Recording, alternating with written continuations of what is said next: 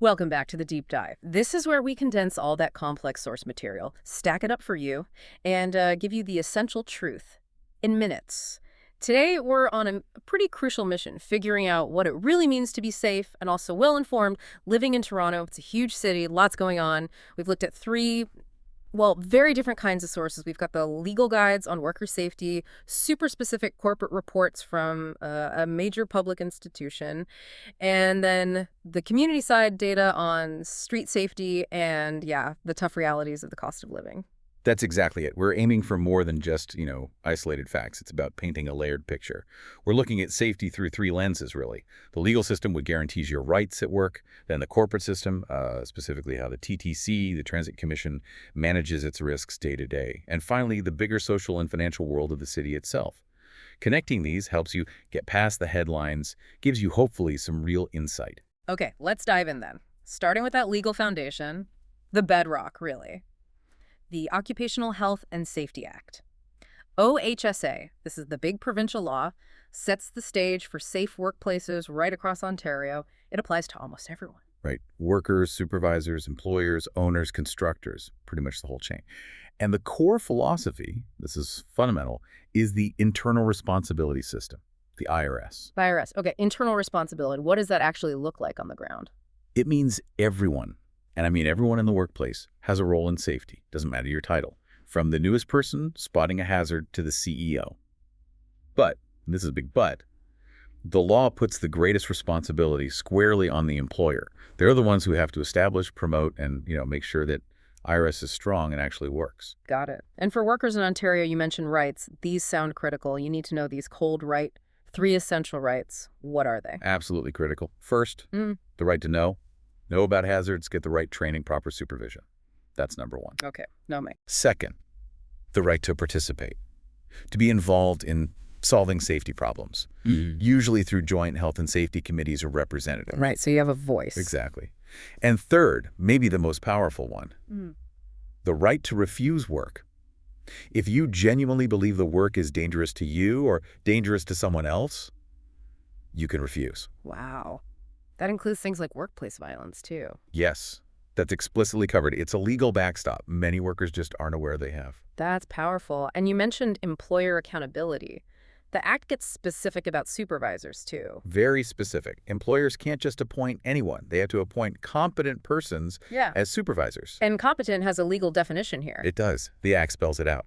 They need the right knowledge, training, experience. They need to know the Act itself and understand the actual or potential dangers right there in that workplace. It's not just a job title. It's a defined standard of expertise. And to make sure people actually use these rights. Yeah, the Act is very clear. Employers are prohibited, flat out forbidden from penalizing, firing, or even threatening someone for following the OHSA or asking for it to be enforced. That protection is key. Okay, so that right to know. Let's take a quick example. Toxic substances. How does that play out? That's where WHMIS comes in, the Workplace Hazardous Materials Information System. It really reinforces the right to know. Employers must identify hazardous materials. They have to provide what are called material safety data sheets, or MSDSs. MSDSs. I've seen those ladles. Right. And here's a heads up.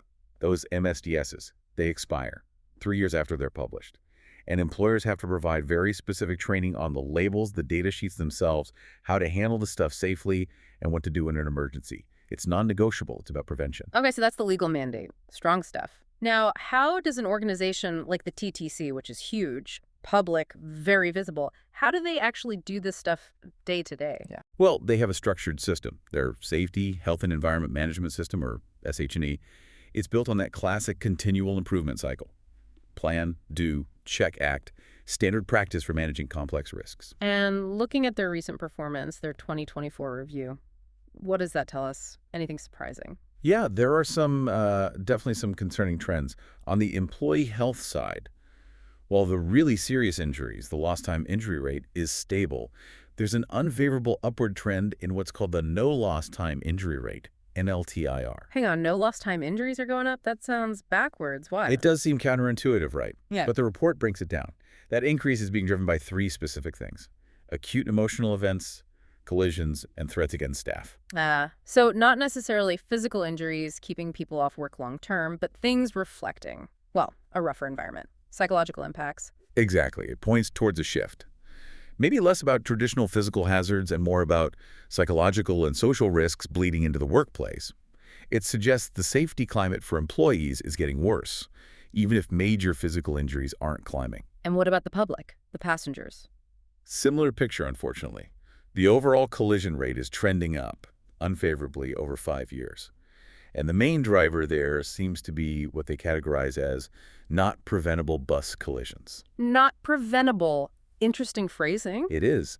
And also, the customer injury incident rate is also trending the wrong way, mostly due to increases in injuries happening in subway stations and on vehicles themselves. Slips, trips, falls, that kind of thing. So what are they doing about it? You mentioned plan, do, check, act. What's the do? Well, for the collisions, they've implemented a specific bus collision reduction strategy that focuses on things like operator training, using technology, trying to shift the safety culture, and for the violence and emotional events impacting staff.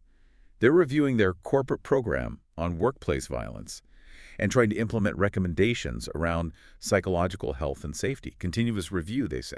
Okay, here's something interesting, though. Compliance versus reality.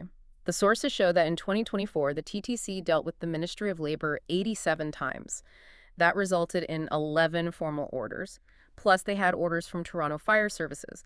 And the report says they complied with all of them, closed them all out. Things like asbestos exposure protection, wastewater issues. Right. So on paper, they're compliant. They're ticking the regulatory boxes. Mm. But if they're compliant, why are those core metrics, staff threats, customer injuries, still getting worse? Does compliance actually equal success here? Or is it masking something deeper? That is the million-dollar question, isn't it? Compliance is good, obviously. It means they're managing their regulatory risk, responding to specific directives. That's positive. But that worsening NLTIR, especially the part driven by threats and emotional events, that's like the canary in the coal mine. It strongly suggests that the pressures outside the TTC, the stuff happening on the streets, community violence, maybe the mental health crisis, it's not staying outside. It's coming into the workplace, onto the buses and subways, and affecting the staff directly. Okay, that's a really strong link.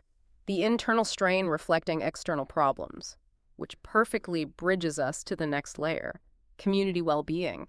If even a large managed system like the TTC feels that external pressure. Precisely. It shifts our focus outwards. We need to look at the city's broader strategy. That's the 10-year SAFETO Community Safety and Wellbeing Plan. And SAFETO tries to be holistic. It pushes the definition of safety way beyond just crime stats and policing. It's trying to get at the root causes, things like poverty, homelessness, the toxic drug crisis, deep community trauma. That's the focus. And how's that going? Because the headlines, they paint a tough picture. They do. We have to be honest about the challenges. The data you mentioned. Mm. Shootings, gun violence up almost 34% in 2024 versus 2023. That's 461 incidents. Homicides hit a 5-year high, 84 by late December 24. And the opioid crisis. Devastating. Deaths from opioid toxicity jumped 78% just between 2019 and 2020. Community trauma is a huge acknowledged issue. That's sobering stuff, and that's likely what people thinking of moving here or even living here are hearing and seeing. It shakes perception. Absolutely. Perception is powerful. But context is also really important here. Public safety experts often highlight that Toronto, compared to many big North American cities, is still relatively safe overall. You mentioned Chicago earlier. Their homicide rate is something like 29 per 100,000 people. Toronto's is around 3 per 100,000. Big difference. So still comparatively safe, statistically speaking. Statistically, yes.